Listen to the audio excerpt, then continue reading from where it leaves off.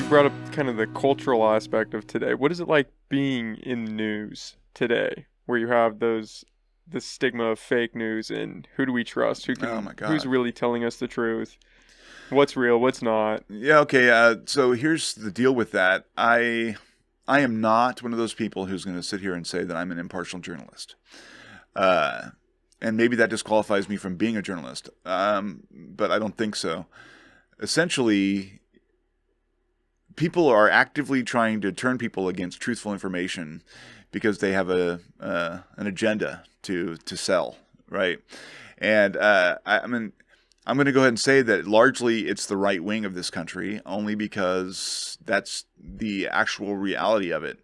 Um, we've gotten to this point where I think that reflexively we want to make everything that has to do with politics he said, she said. If a Democrat says something, well, then you want to go and you want to find a Republican to say something else.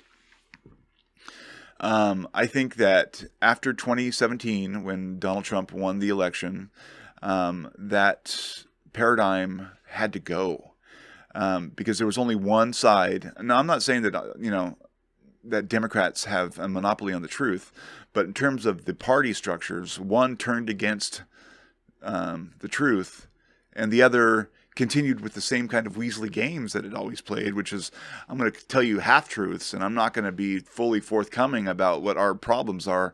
But they still have a fundamental relationship with like data and what's real. Like if anything, they try and skirt the edges, but they're still dealing in the real world. The other side, and I think that I don't know why. I mean, I'm always going to be mystified by why Donald Trump was able to capture the imagination of so many people.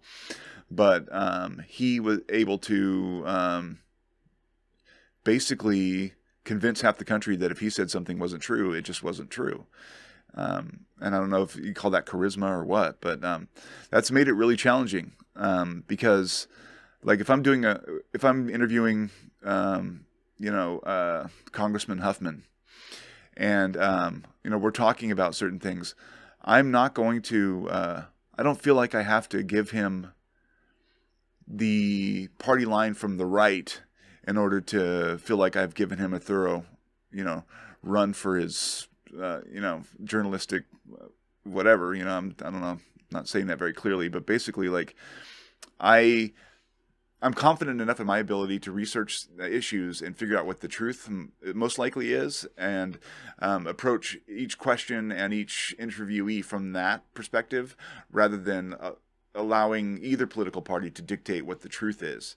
Because once you do that now, I think that you're lost. It's like you have to be able to establish your own truth, and that means you have to be able to tell people in positions of power when you don't think they're telling the truth. And I wish that was something that more journalists would be able to do in terms of, like, all this fake news stuff that's been cast about, and all the the media is the enemy of the state kind of stuff. It's like we have to be willing to get in the ring a little bit with for the debate to be able to establish a baseline of reality. Well, I don't think anybody wants the debate, right or left. I, Which debate?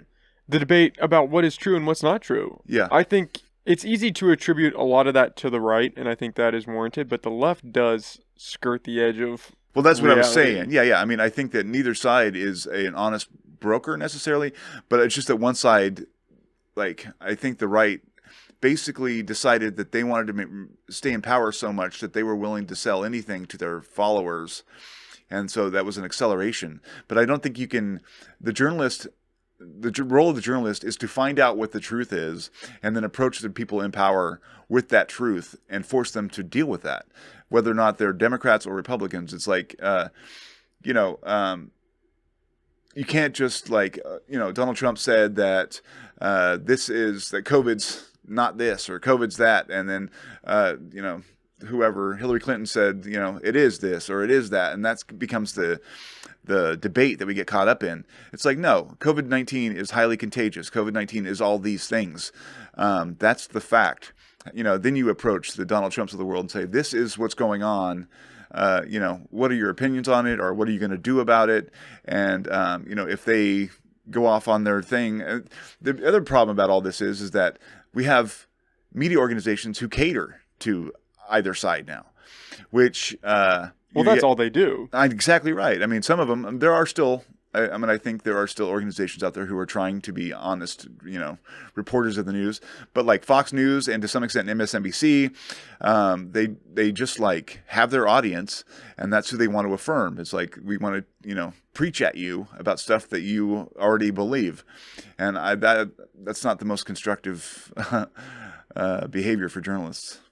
It's not even slightly constructive. No, It's detrimental. it's destructive. Yeah, it goes against.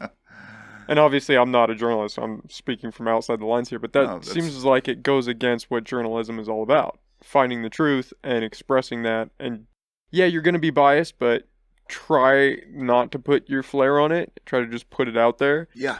And that doesn't happen.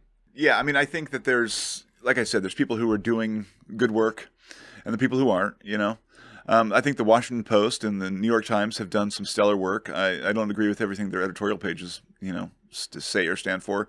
But overall, actually, I think our print media has performed admirably over the last 5 or 6 years, with everything that's gone on. A lot of investigative stuff, a lot of aggressive reporting.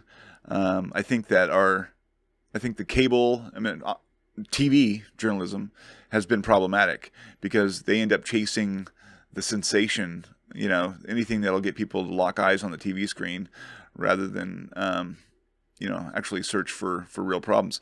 But it's like, there is the question, what comes first, the chicken or the egg? It's like, yeah, we talk about how journalists, have these lower standards or are doing things that just kind of lowest common denominator that gets them the most views.